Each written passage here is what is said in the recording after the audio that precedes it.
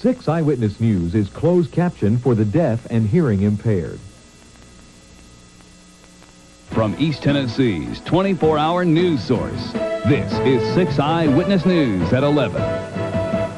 Parents and teachers find new ways to end the violence in our schools. Hello, everyone. I'm Lori Tucker. I'm Rick Benjamin. Tonight's PTA-sponsored effort just days after that Carter High beating incident and just hours after a bus driver here refused to pick up some Lonsdale students without a security guard. Education reporter Tracy Finley explains what we can do to prevent these situations. That's Tracy? right, Lori. Parents and teachers learned tonight we can do something. We can teach our kids early that hitting and fighting and using weapons is not the only way to deal with someone when you're mad. No one has ever told them there is another way to behave.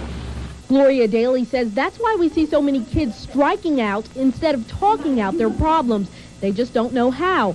This study by the Tennessee Education Association explains how. This is not something that's going to happen overnight, but it is something that we can start. And the TEA study suggests classes to teach kids why they get angry, get them to see what sets them off, then get them involved as peer mediators, learning how to handle their own conflicts instead of making the teacher the bad guy.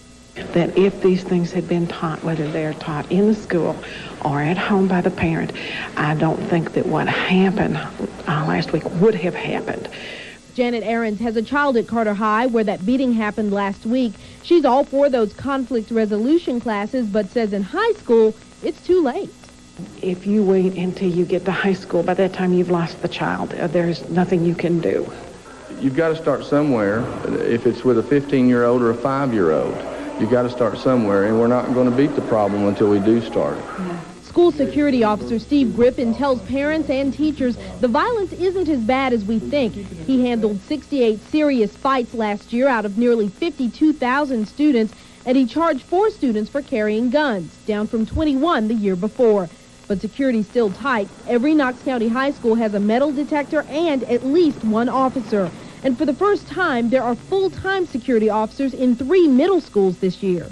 It's our proactive response to what we see as a growing problem all across the country. We do not want to find ourselves in the situation that other school systems find themselves in today.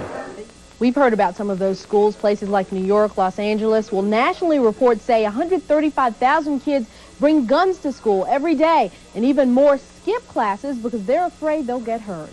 Well, Tracy, those classes sound like a really good idea, but do we need to take more time away from the basics? As we know, studies show we're already behind on that. They sure do, Lori, but supporters of this say it's so important to teach kids how to deal with their conflicts. We just can't ignore it.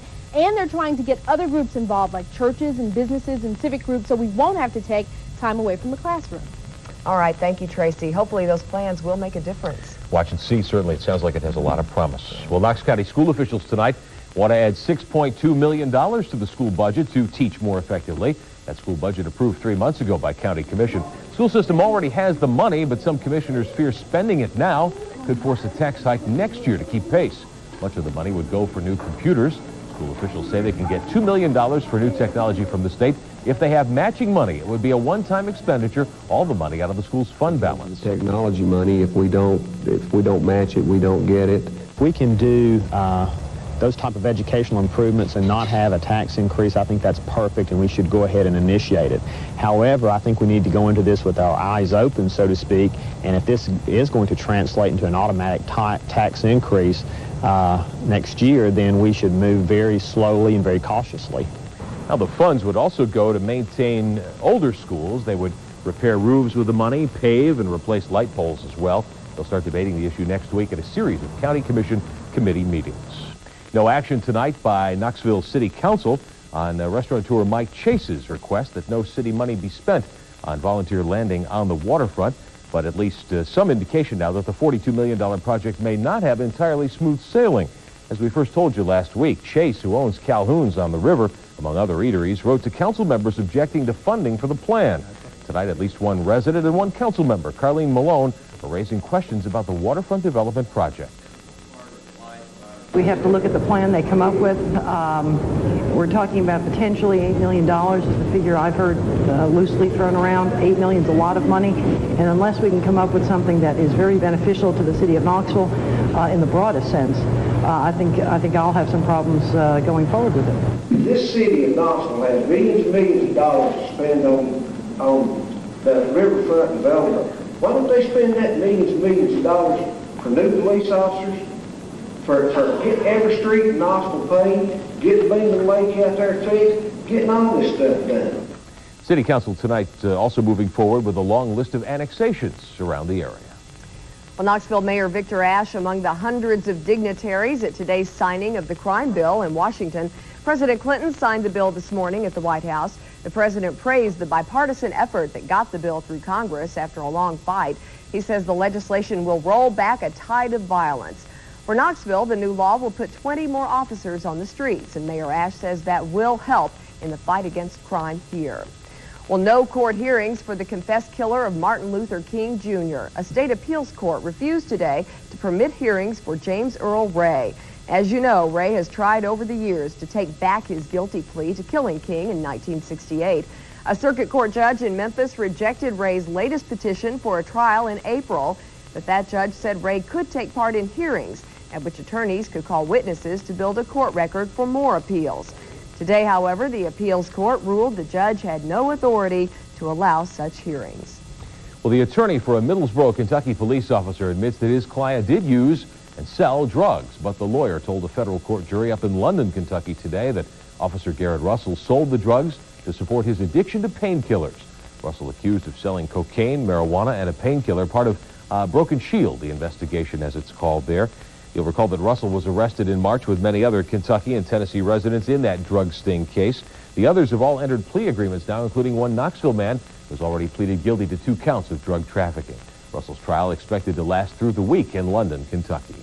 Troops from Fort Campbell on their way now to the Caribbean, leaving to join the multinational force that's massing for a probable invasion of Haiti. An aircraft carrier set sail from Norfolk, Virginia today for the same purpose.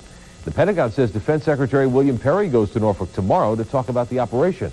Many members of Congress on both sides of the aisle are questioning the wisdom of invading Haiti.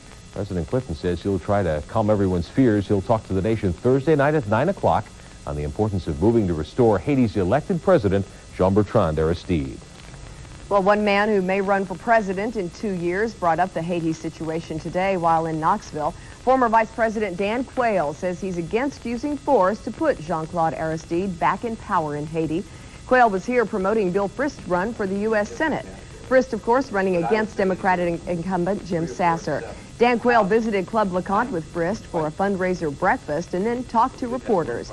Quayle made it clear he was here to talk about Frist, but he also hinted at a run for the presidency in 96. Well, my focus right now is on 94. But we've got to change the Congress. I'm going to campaign for people like Bill Frist, who are outstanding individuals, will make an immense contribution to the United States Senate. Then after we are successful in the 94 elections, then we'll decide about 96. Marilyn Quayle also in Knoxville today, traveling with her husband and stumping for 4th District Republican Van Hillary. U.S. Senate candidates Jim Cooper and Fred Thompson are quibbling over tax returns. Today they agreed to release their returns dating back 20 years after arguing about who was being more forthright. Does anyone really care how much the candidates made and paid over all that time? Well, one Vanderbilt political science professor says absolutely. He says it makes a difference to voters if a candidate can show that an opponent has pursued self-interest rather than the public interest. And we're all interested in what the weather is going to be, especially for game time on Saturday. Yeah, I don't think we want to repeat it the last time the Gators were in town. I know if anybody was there, they remember how soggy it was. Yeah. And a key point to remember, no umbrellas are allowed. That's right. In Neyland Stadium. So Scuba gear, though. You may need a snorkel or two or a mask. I'll let you know, if you will, in just a minute. But now let's take a look outside. CityCam, show you what's going on downtown. Clear skies and another absolutely beautiful night outside. If you haven't been out, just step outside. It is not 82 degrees outside, and the dew point is not 60. In fact, temperatures have cooled down. We are at 67 degrees outside. 30.24 is the barometer. It is rising. 54 was the low at the airport. 86 was the high. No precipitation to talk about today, and for the month, only 800. So we're ahead in the long term, but in the short term, we definitely need to get some rain in here, and it looks like there could be some in the forecast ahead. WeatherNet tonight, temperatures are cooling down. 60 degrees from Roger Dennis on English Mountain, along with Audrey Sheedy and Strawberry Plains, and also to the entrance of the Smoky Mountains there at the Sugarland Visitor Center. Ken Major in Cosby has 57 degrees. Michael Webb in Oneida has 66 and 67 degrees from Harriman, and also in Roane County, 69 degrees from Walter Schultz in Paint Rock, 64 degrees from Mark Baldwin over there on the plateau in Crossville. Here is the regional picture, and you can see not much going on here in East Tennessee. All is quiet, skies are clear, but you notice the big bright white tops down here in Florida. This little upper level disturbance that is starting to rotate now, and it's really bothering Florida. You can see the counterclockwise spin here. This is at the upper levels. You got to remember this in kind of a three-dimensional thing. At the lower levels, we have an area of high pressure, so you're getting clockwise winds from the area of high pressure. You're getting counterclockwise winds from the area of low pressure, so they're really getting pounded with a lot of moisture there in Florida, and it's causing some problems. Already 5 inches of rain plus in parts of Melbourne, Florida. So if you're headed down to Florida the next couple of days, not really a great forecast. Maybe that's why the Gators are coming up this way, but they're running their own storm, I got to believe, here for the Tennessee Vols when they get up here. Here's what we're looking for in the Middle Plains states and in the Rockies. A lot of moisture coming up over this big, huge dome of high pressure, and it really shows it well on the radar screen. Nice and clear right here in East Tennessee, and in fact, the whole eastern third of the country. But then that's where we're getting that moisture riding up and over that, and a stalled frontal boundary once again up to the North Great Lakes. But here's the rain in Florida. Once again, they're being just absolutely pelted with this. You can sort of see where it's coming from east, moving to west. Usually they get storms moving from west to east, but when you have this area of high pressure, you're getting clockwise winds. Once again, it's bringing all that moisture onshore, and that's really causing a problem. Tomorrow's high temperature is going to be warm once again. You can definitely tell where the jet stream is dipping down. The huge ridge right here in the eastern part of the United States, that's where we're seeing the warmer temperatures. But back to the west, temperatures are starting to cool down. In Denver at 73 degrees for tomorrow, they remember this time last year, they had 5.4 inches of snow on the ground. You may say, well, that's not all that odd. Well, the day before, they were at 92 degrees. So imagine going from 92 degrees to having 5.4 inches of snow on the ground. A big change. Nothing like that for them, but they will be seeing some thunderstorms for tomorrow. Scattered showers and thunderstorms ahead of the frontal boundary that we're looking for by the weekend, but high pressure still in place for us for tomorrow, so another nice day. We'll see mostly sunny skies tomorrow. Very pleasant, very nice, light winds with high pressure right over the top of us. We'll put it in motion, watch what happens as we go into Thursday. Area of high pressure slowly moves, not very far though, and the front creeps ever closer. So the movement of the front is really going to depend on what our forecast does for the next couple of days. So for Thursday, just a few more clouds starting to come into the area. Other than that, it's going to be a nice day. But the front should progress as expected. And unfortunately, since the game's at 6:30, we'll put the chance for scattered showers and thunderstorms in the forecast, although I think the best chance will be for Sunday. If it was a 1 o'clock game, I don't think we'd have any problems. But with 6:30, kind of the later we go into the forecast period that day, a better chance for seeing showers. So best bet, just take a poncho and be safe and sorry. And make sure it's orange. Exactly. Make sure it's orange. Thank no you. blue any other color? Of course not. Well, coming up, the latest on the investigation into the U.S. Air jet crash last week in Pennsylvania.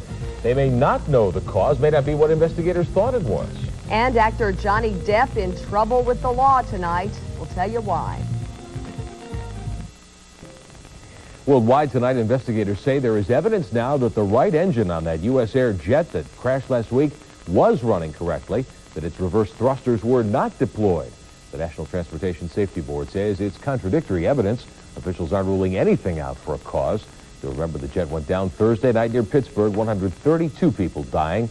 The NTSB thinks something caused the plane's right wing to rise, throwing the jet into a left rollover out of control before it augured in. Word tonight that the Maryland man who stole that Cessna and nearly rammed it into the White House early Monday was drunk and had cocaine in his system when he crashed and died on the White House lawn. Revised numbers say Frank Corder had a blood alcohol level of .045. That is above the legal limit for pilots. He also had traces of cocaine in his system. The Secret Service now working on tighter security for the airspace above the White House. Things going great tonight, though, for the Space Shuttle Discovery. Going so well, NASA has added a 10th day to Discovery's mission. The crew is studying solar flares. They've deployed now the Spartan satellite to help them study the sun's outer atmosphere. Another experiment on growing plants in space is going on during the mission. It was designed by a team of UT researchers here. One of Hollywood's brightest stars is grounded tonight. Brat Packer Johnny Depp says he'll pay nearly $9,800 to reimburse a posh New York hotel for the damage he caused in a room there early today. The 31-year-old Depp in court in Manhattan, not in these pictures, though.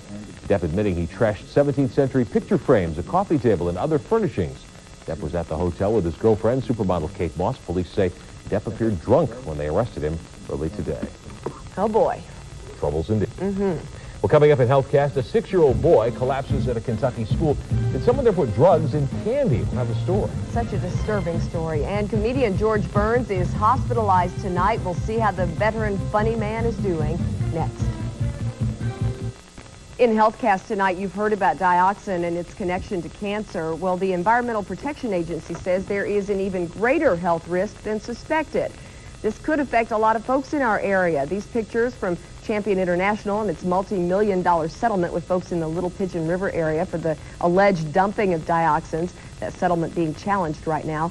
The chemical is a potent carcinogen, but now we're told it can cause other problems besides cancer. Dioxin is created by waste incinerators, paper mills, other sources. It moves into the food chain through air and water, and we're now told that it could indeed cause respiratory problems. From East Tennessee's 24-hour news source, this is 6 Eyewitness News at 11. Well, after days of heavy wrangling on Capitol Hill, the crime bill has finally passed. Good to have you with us tonight. I'm Rick Benjamin. And I'm Lori Tucker. The Senate rejected Republican efforts today to block passage of the $30 billion measure. Next up, senators voting on the bill itself. That vote taking place just a short time ago. We get the latest live from Nancy Ambrose standing by in Washington. Following 4 days of Senate debate and hours of closed-door negotiations, the Senate has finally approved a crime bill 6 years in the making. The Violent Crime Control and Law Enforcement Act of 1994 is adopted. Final passage of the crime bill was almost anticlimactic, as the key vote occurred earlier when Democrats barely defeated a Republican effort to kill the bill. Following that vote, the president thanked those responsible for bringing the long, hard wait for a crime bill closer to an end. I want to salute the senators of both Republican and Democratic ranks who put law and order, safety and security above politics and party. It was the defection of 6 Republicans that gave the president his victory, a fact not lost on a bitter leader Dole. And I regret that I failed as a leader to keep our people together on this side of the aisle, and I commend the distinguished majority leader, but he's more persuasive with Republicans than I am. One of the 6, Danforth of Missouri, said it shouldn't be a matter of Republican versus Democrat, calling the bill's passage a victory for both parties. How do I feel about voting against the majority in my own party? Lousy. I don't enjoy that. But I thought that this bill was right. Other Republicans criticized the $30 billion crime package for having too much pork and not enough teeth. But Democratic leader Mitchell called it a strong, well-balanced bill. The time is over when, in fact or in perception, the Republicans are seen as the party that's tougher on crime. It's the Democrats. That's exactly the perception Democrats are hoping tonight's action will send to voters as senators head home for a much-needed summer recess. This is Nancy Ambrose reporting live from Capitol Hill. All right, thank you very much, Nancy. And, of course, this could mean thousands more police officers on the streets here in Knoxville. At this point, we don't know the number. Could be 20,000, another 80,000 in that 100,000 package could be part of the unfunded federal mandate. They're hoping for 100 new officers in Knoxville. We'll find out as the weeks go by how many there will be. Elsewhere tonight, Campbell County authorities say they've made a major marijuana seizure in the Stony Fork area. The Sheriff's Department in Campbell County telling us that authorities found more than 1,000 marijuana plants growing deep in the mountains there. More than 7 feet tall those plants were, and they carried a street value of $100,000. Campbell County officers destroying the plants today, and there's a little more to this. Campbell County tells us they found out about the pot Saturday during a 6-hour standoff with a man who was holding 2 children hostage. He is 31-year-old Troy Sieber of Stony Fork. He's been arrested in that incident. Sieber hospitalized tonight undergoing a mental evaluation. Officers say they do expect to make arrests in the marijuana case. Well, a new Gallup poll released today spells out America's greatest fears about trouble in our schools. The majority of the people polled across the nation believe that fighting, violence, and gangs are the most serious problems. 70% of those people believe the cause is increased use of drugs and alcohol, the growth of gangs, and the availability of weapons. Last year, some of us were standing out here, had a couple kids pull a knife on me, reported it to the principal. The next morning, he said that he couldn't do anything that happened right here on the sidewalk, which I don't believe that. Watched the drug deal go on right over there, right in front of us. and nothing was done about it. It's coming from the parents, not from the teachers. The teachers need to do the disciplining too, but the parents are the ones that are responsible for their own kids. Police and schools have several intervention programs in place, such as the DARE program, aimed at curbing drug use and violence. Parents polled believe the best way to stop the violence is to get tough with kids who bring guns to school. Well, no problems today in Sevier County, where kids joined Knox County students today. Their summer vacation's over now, and it was back to school. Teachers and principals tell us the first day of Sevier County school operations went smoothly. The only surprise, the number of new students they have. Sevier County School Superintendent telling us 9,500 students were expected today, but now they've enrolled more than 10,000. Northview Elementary got a lot of those new pupils. Hectic, very much so. We were expecting maybe 30 or 40 new kids to move into the school, and at last count we had close to 100. Well, teachers are making room for those extra students wherever they can in Sevier County. Plans in the works to build some new schools there soon to alleviate the overcrowded conditions. Nearby here, a tragic twist of fate last week has led to the gift of life. A Michigan man had been waiting years to receive a new heart. Really a bittersweet story. His wait ended when his 22-year-old daughter, Patty Zuber, died from injuries she received in a car accident in the Great Smoky Mountains last week. As Mary Conway reports tonight, Patty's death gave her father, Chester, a second chance. I'd like you all to know right now,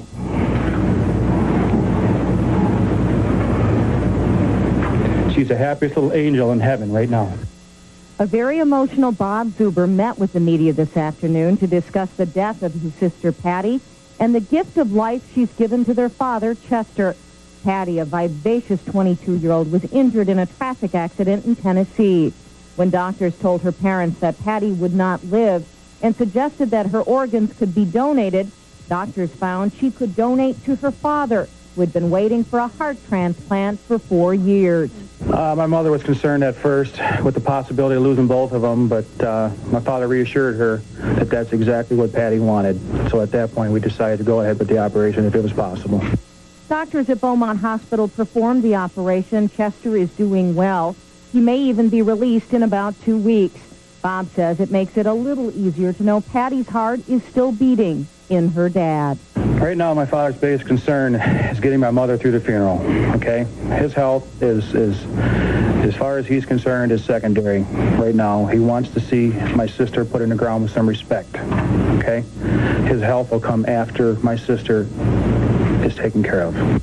Bob says it's difficult to sort out all of the emotions, the tremendous loss of his sister, the tragic circumstances of her death, and his father's new chance at life. I'll quote him while we were discussing the possibility of the transplant. His quote was, "It would be a joy to have Patty's heart." Hope he'll be all right. As far as doctors know, this is the very first time in history that a transplant has been done between family members. As we reported last week, Patty was riding in a car driven by a friend, Todd Herbst, also from Michigan. The car ran off a curve in the mountains, hit an embankment, and rolled several times. Herbst only had minor injuries. He now faces several charges, including drunken driving. Well, some quick action today by a Knox County Sheriff's detective may have saved the life of a local skin diver.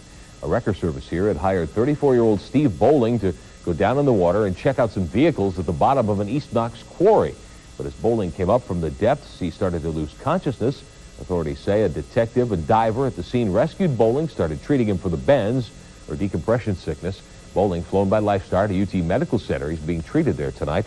Knox County Detective Ed Young, part of the department's dive team, he's the man who rescued Bowling. Well, if you live in West Knox County, you should have a little easier time getting around now. The county officially opening Phase 1 of the $16 million upgrade of Ebenezer Road today. Ebenezer from North Shore Drive almost up to Peters Road, now 5 lanes wide with curbing, gutters, and new sidewalks. Oh, I think this is encouragement, and many people are enthused about it, and I think you'll see that there'll be continued development in this area as people move here. They see the improvements, the infrastructure of the roads and the schools and libraries in this area. 2 more phases to the road project to be completed. One, a railroad underpass. The other, the widening of Peters Road from where it intersects with Ebenezer all the way to Kingston Pike. Both those projects should be finished in about 3 years. Today, the ribbon cutting marking the final dedication for County Executive Dwight Kessel in his term of office. Well, Ford is recalling 2,700 1994 Lincoln Town Cars and Continentals. It wants to inspect a brake pedal clip, which may have been improperly installed. Company officials say that could cause the brakes to fail without any warning. But officials say so far they've received no reports of accidents or injuries related to the defect.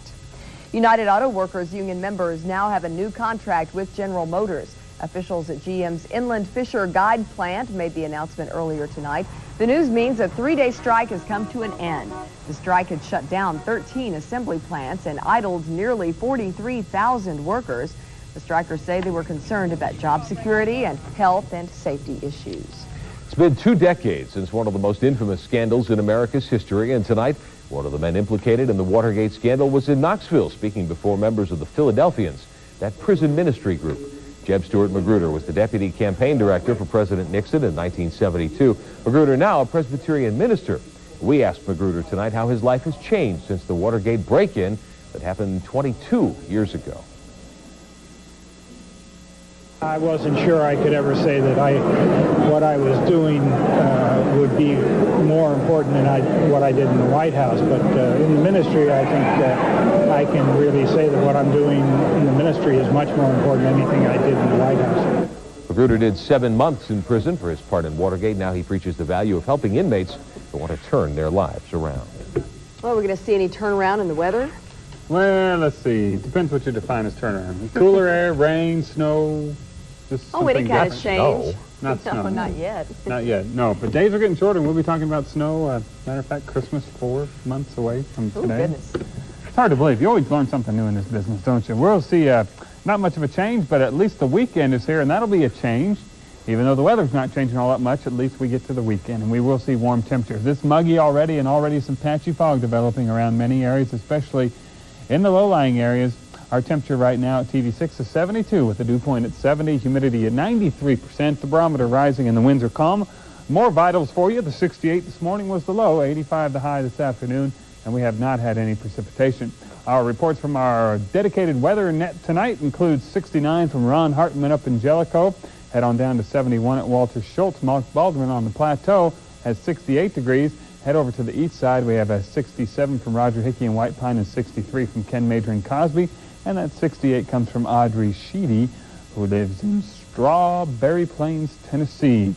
Most of the clouds kind of thin out here in East Tennessee today, but notice some more bright white tops on the clouds, a little agitation over Florida, and also some more moisture moving in between Cuba and Florida, which is one of the problems they're having with those folks trying to get out of Cuba and get to the southern tip of Florida. These clouds right here will just basically thin out and turn into patchy fog during the overnight hours.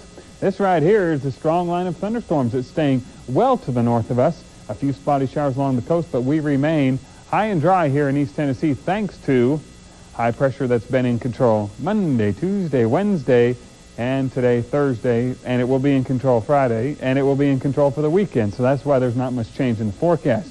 You can see the heat building out of the southwest. Our high today was 85, and we will continue to be in the mid to upper 80s here over the next few days, even into the mountains, all the way up to the Great Lakes. It looks like everybody on the East Coast will be seeing very warm temperatures as we head through these last few weeks of summertime. The reason why, well, that high pressure is in control and it's really not moving all that much, so we have allowed the air to warm up. Most of the cool air behind this cold front and most of the scattered showers and thunderstorms up there as well. A few scattered thunderstorms along Florida as well, and our forecast here includes partly sunny, much like we saw today, with light winds and the sunrise at 7:03. As the maps go into motion, the front gets a little bit closer, but still, the big blue H wins out, and much the same for Saturday. We may see an isolated thunderstorm late on Sunday. A few scattered showers are possible Monday or Tuesday, and temperatures are going to warm up and then cool down, hopefully by the middle of the next week. But I don't see any big changes, but I don't see any big problems in the forecast either. By the way, if you're headed up to Bristol Saturday night, it should be dry Good. and warm, probably 75 to 80. Okay. Thank you, Matt. Well, coming up, the Cuban refugees still pouring into Florida, but Mother Nature holding some of them back. We'll show you. And later in HealthCast, this group demanding more acceptance for overweight people. All together, sing it loud, fat, happy, fat, and proud. Worldwide tonight, the U.S. is still trying to keep Cubans from fleeing their homeland in huge numbers coming here. The weather is helping that effort out tonight. Storms in the Straits of Florida discouraging some from setting sail, but still the Coast Guard picked up more than 1,000 Cuban refugees today. The U.S. now using 70 ships to patrol the waters. The White House has committed up to $100 million to resettle those refugees, many who will end up back in Cuba at Guantanamo Bay. Police in 2 states are staging a manhunt tonight looking for the masked men in jumpsuits who hijacked and robbed an armored truck this morning in Hudson, New Hampshire. They killed the 2 guards on the truck. It happened near a bank. The armored car found nearby empty. No word on how much money was taken from that truck. And a close call for one of Tennessee's favorite musicians, Jimmy Buffett, a noted flying enthusiast, crashed his seaplane this afternoon off the coast of Nantucket near Massachusetts. Officials tell us the twin-engine Grumman flipped after 3 o'clock this afternoon. Buffett is 47, best known perhaps for Margaritaville. He was alone in that 9-seater testing the craft before takeoff. When he ran into a wave, the plane flipped. Buffett swam away. He was picked up by a passing boat, we should say. And another favorite music act here in East Tennessee has run into some problems tonight, too. Oh, they certainly have. If you're an Eagles fan, how we hate to tell you this, but the concert here Sunday has been canceled.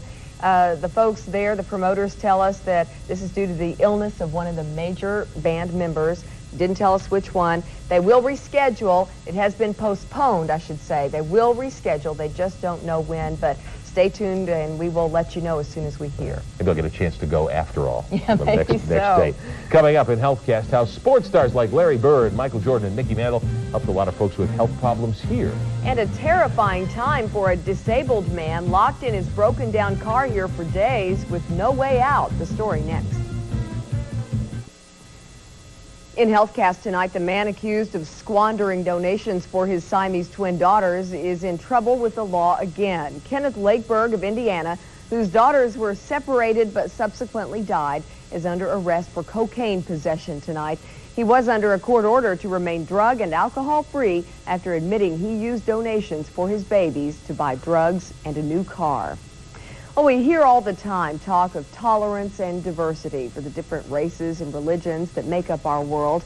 Well, these demonstrators demanding more acceptance, too, for overweight people. The 5,000-member group called the National Association to Advance Fat Acceptance wants the government to fight fat discrimination.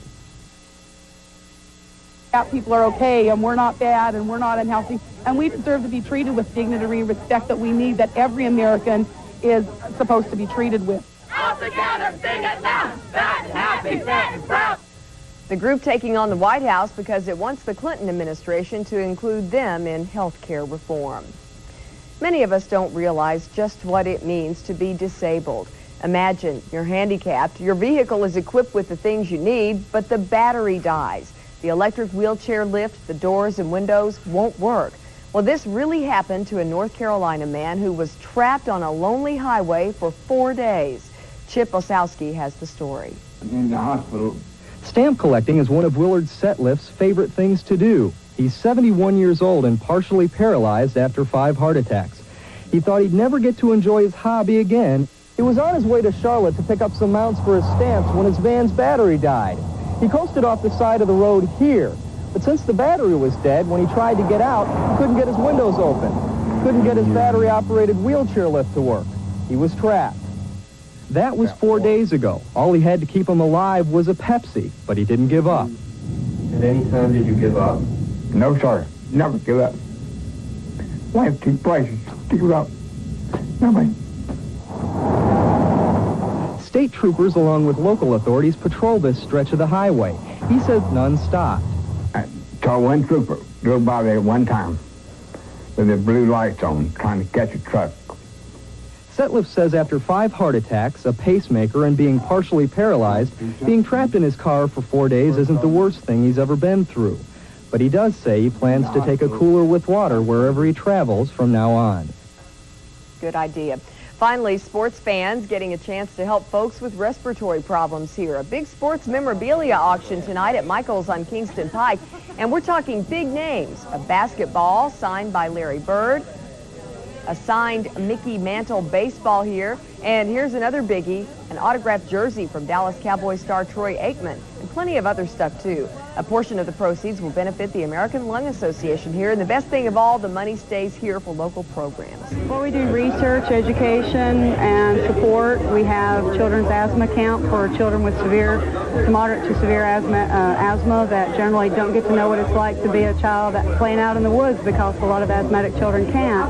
So it helps support that. Highest bidders on these things will also help fund stop smoking classes and clean air projects. By the way, the sports auction going on during the Venus International Model Search Finals. Glad to see our photographer was paying attention during that portion of the evening. Yes. Would have had to send him for an eyesight check otherwise. It's amazing that some of those sports items were auctioned off. Yeah. See Finley's eyes perk up there? A little bit.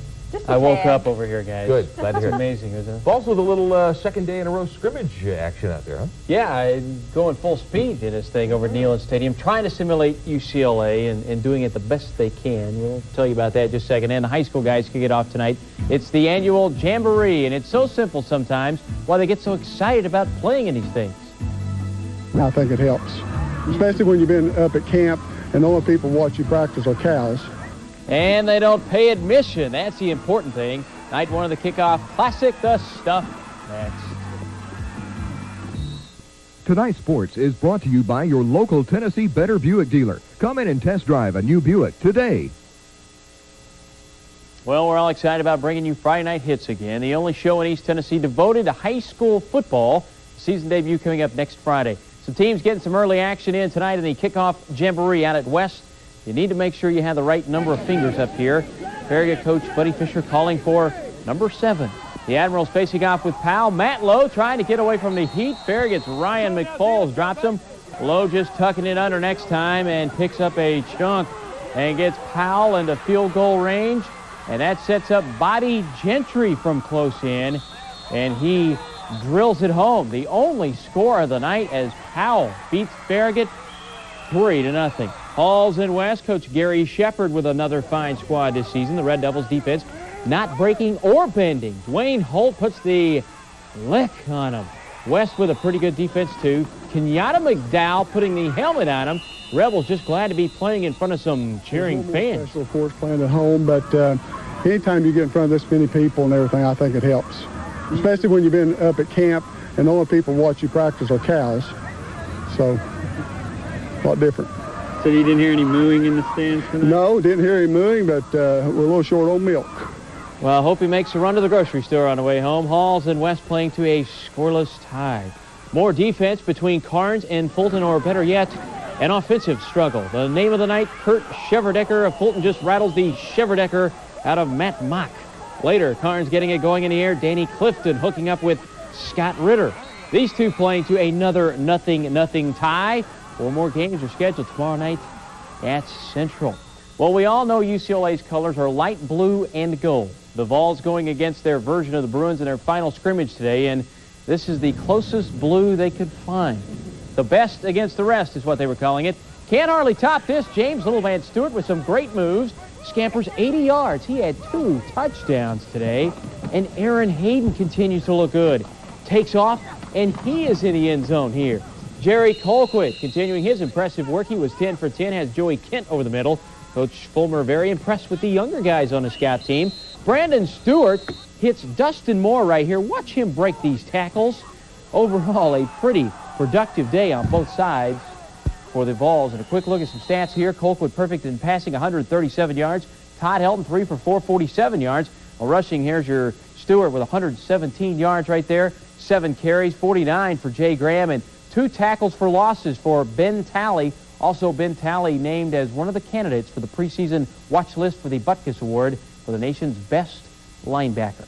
It's only taken a few preseason games for Barry Switzer to look like this. The Cowboys spanked pretty hard tonight by the Saints. Jim, don't call me Chris Everett. It's Torrance Small, and this guy wants end zone all the way. Former Vol Corey Fleming looking good tonight, making a great grab down there. Jason Garrett, an ugly pass. Cowboys losing 28-10 down at New Orleans. Baseball owners and players met for 2 days. No progress, no new talk scheduled. You wonder what they've been discussing here, maybe exchanging recipes or trading grocery store coupons. Don't bet on baseball resuming any time soon. Smokies finish up their series with Carolina tonight with the win. They sweep them. They are 4 games back now. The big series coming up this weekend. The Smokies going head-to-head with first-place Greenville starting tomorrow night, just 4 games back. And there are only 8 games, I think it is, to go. So the Smokies trying to close in. They won a second-half title last year, went to the playoffs, and maybe hopefully get back. Hope they get on the winning track again. Yeah. Thank you, Scott. Thank you. Are you a collector? Sort of. Would you spend a lot of money to buy the hair of a famous person? I don't think so. Napoleon's famous forelock, though, is up for sale. Tell you how much next. Well, finally, maybe the opportunity of a lifetime if you had $100,000 extra dollars kicking around. Not many of us who can do that. Well, you could buy a lock of Napoleon's hair if you have money to burn. Yes, we're talking about the Napoleon Bonaparte. Chicago auctioneer says this lock is the real thing, comes complete with documentation. It goes on the auction block in Chicago next month, and we weren't kidding. The starting price will be in the neighborhood of $100,000. Apparently, this was from one of Napoleon's maids, and it's been handed down from person to person for 170 years. Guess she would have been in position to have it. I suppose. A little grotesque, maybe. I don't know. Thanks for watching 6 Eyewitness News at 11 o'clock. Good night, everybody. See you tomorrow.